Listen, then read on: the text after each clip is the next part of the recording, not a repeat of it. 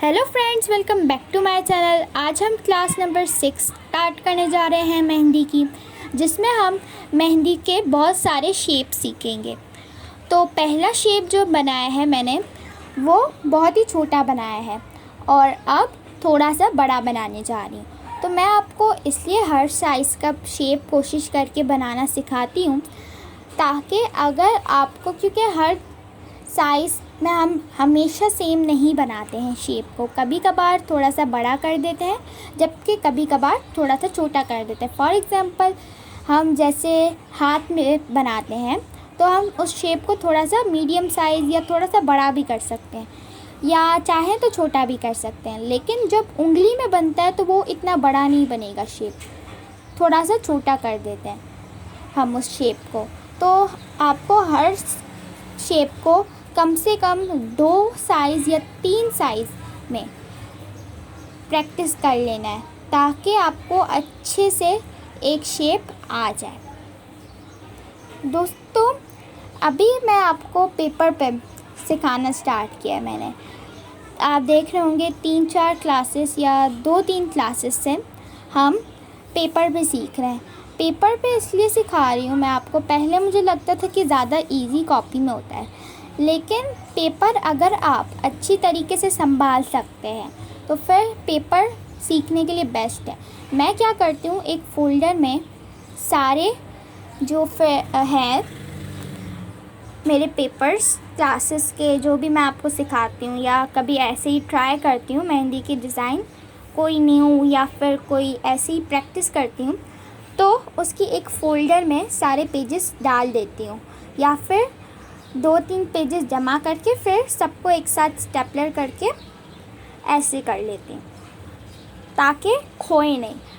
क्योंकि दोस्तों, मेहंदी कभी कभार अगर आप प्रैक्टिस करें तो आपको याद रहेगी, लेकिन अगर आप बीच में प्रैक्टिस किसी वजह से छोड़ देते हैं और फिर बाद में ट्राई करते हैं तो हम भूल जाते हैं। तो अगर हमारे पास पेजेस या फिर कॉपी हमारी पड़ी हुई होगी तो हम उसको और ज़्यादा प्रैक्टिस कर सकते हैं उन पुराने शेप्स को जो हमने पहले सीखे हैं या जो हम अभी सीख रहे हैं। तो आप भी ऐसे अपना फ़ोल्डर बना लीजिए या फिर सारे पेजेस 2-3 क्लासेस आपने सीखी तो उसके पेजेस जमा करके फिर उसको स्टेपलर कर दें, फिर वही 2-3 क्लासेस सीखी तो ऐसे स्टेपलर कर दें, फिर उसको एक फ़ोल्डर में या फिर कहीं ऐसी जगह पर रखें जहाँ पर आपको याद रहे।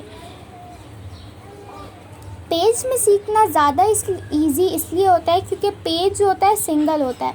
आप अगर आपसे गलत हो गया तो आप लाइन डाल के नीचे से भी कर सकते हो, लेकिन कॉपी में आपको इंतज़ार करना पड़ता है जब तक आपका सूखे या फिर जब तक आपकी मेहंदी सूख रही है तब तक आपको इंतज़ार करना पड़ता है। अगर बीच में कोई ख़राबी हो गई तो फिर तो भाई आपका पेज गया। तो मेरे हिसाब से पहले मुझे भी इजी लगती थी कॉपी, लेकिन बाद में मुझे रियलाइज़ हुआ कि ज़्यादा पेज आसान है। पेज अगर आप ले रहे हैं तो थोड़ा सा बड़ा लीजिए ताकि उसमें आप अच्छे से प्रैक्टिस कर सकें।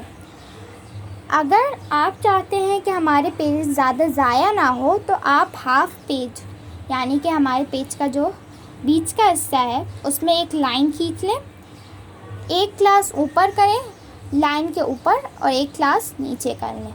लेकिन उसमें क्या होता है, ये आइडिया तो बहुत अच्छा है, आप कर भी सकते हैं और आपके पेजेस भी कम यूज़ होंगे, लेकिन उसमें हम बहुत गुट के बनाते हैं, यानी कि बहुत कम डिस्टेंस में बनाते हैं। खुला जितना हम बनाएंगे ना डिज़ाइंस को, उतनी ज़्यादा हमें विजिबल में अच्छी लगेंगी देखने में और उतनी ज़्यादा हमारी डिज़ाइन अट्रैक्टिव लगेगी, खूबसूरत लगेगी।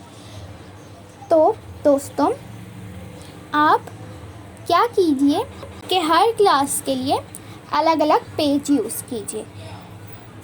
मैंने तो अपनी एक रफ़ कॉपी ली थी, बड़ा रजिस्टर, जिसमें मैं प्रैक्टिस करती रहती हूँ और उसे एक पेज फाड़ के उस पर बनाती हूँ, मेहंदी आपको सिखाती हूँ और फिर स्टेपलर करके उसको फाइल में रख देती हूँ।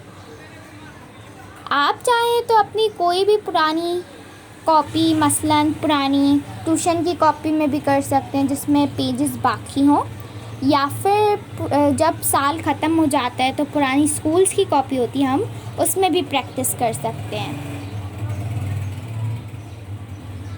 दोस्तों ये हमारी आज की क्लास थी, मिलते हैं अपनी अगली क्लास में। Bye bye.